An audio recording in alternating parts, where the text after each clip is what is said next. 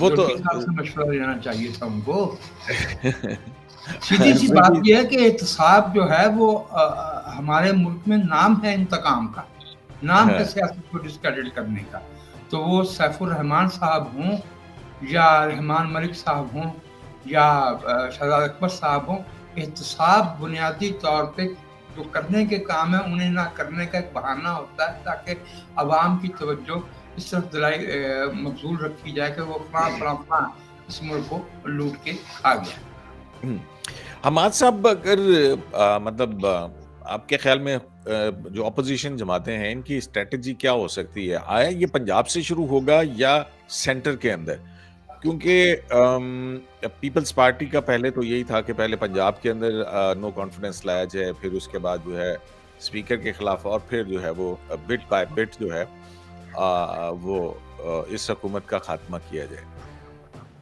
تو آپ کو کیا فیزیبل لگتا ہے کہ وہ پنجاب کے اندر پہلے آئے گی کچھ تبدیلی یا پہلے سینٹر کے اندر آئے گی؟ کیونکہ سینٹر کے اندر تبدیلی لانے کے لیے عدم اعتماد کے ذریعے جو حامی ہیں ان کی دلیل یہ ہے کہ P T I Imran Khan صاحب کے اوپر کھڑی ہے, اور عمران خان صاحب گرتے ہیں تو پھر یہ جو ہے وہ تاش کے پتوں کی طرح سے بکھر جائے گی.